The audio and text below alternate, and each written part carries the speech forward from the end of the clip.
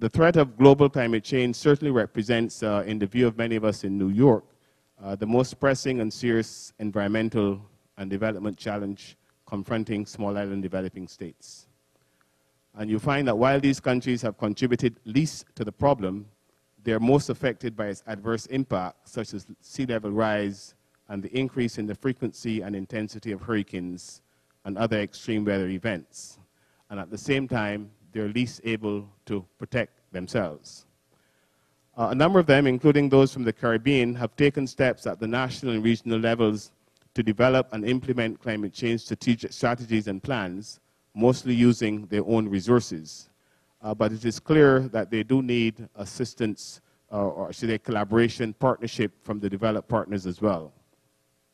And you will find that a number of the small island states, under the banner of the Association of Small Island States, AOSIS, they have actually been taking the lead in formulating an agenda for the negotiations that will lead up to the climate change conference to be held in Copenhagen later this year in December. The so-called Bali Roadmap and Action Plan.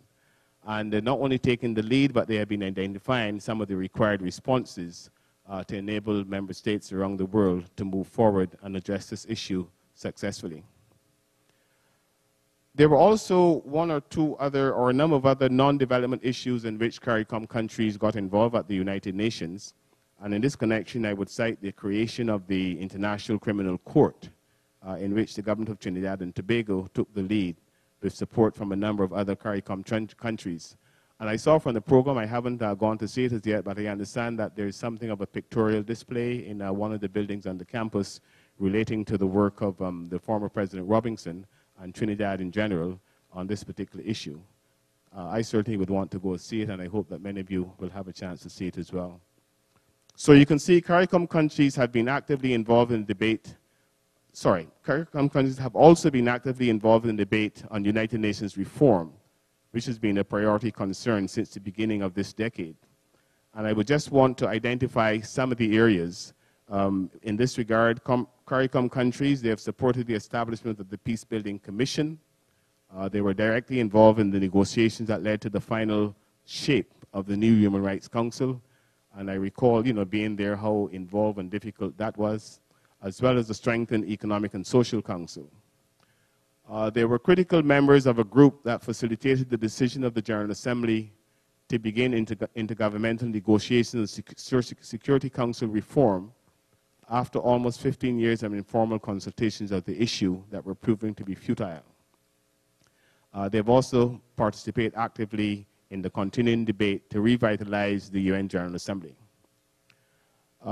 Madam Chair, despite these, what I would consider modest successes of the small states of the Caribbean working at the United Nations in international cooperation, there's one important issue that continues to elude them.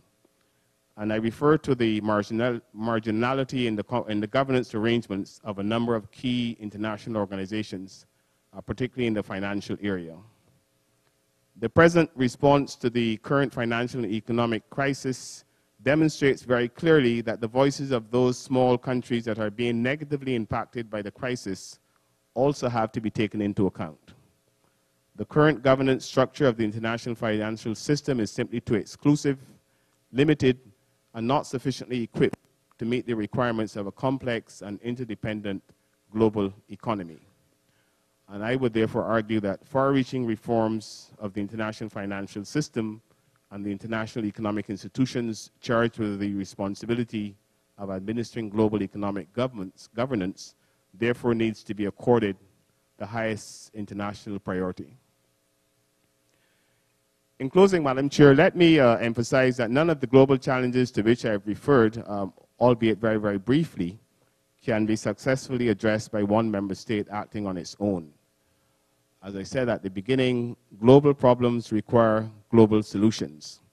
And the sheer complexity of the challenges confronting us, as well as the consequences of failure, provide the most immediate and compelling reason for a more effective multilateralism and the strengthening of global economic governance to ensure a greater voice for developing countries in policy making and norm setting. Organizations like ACUNS I believe, are important for conducting and facilitating a debate on the relevance of the UN and the role that small states can play in its work. You bring together a group of academics, journalists, and individual foreign policy practitioners who have an interest in global concerns. And through your engagement, many of today's global challenges can be addressed, I believe, and solutions for effective responses identified. I therefore hope that through the teaching and research at your respective academic institutions, you will contribute to the empowering of the United Nations in realizing its full potential, where all member states, big, small, and emerging powers, can play their respective roles in the different organizations of the UN system. Thank you. So I'll stop here and be ready to answer questions from the floor. Thank you.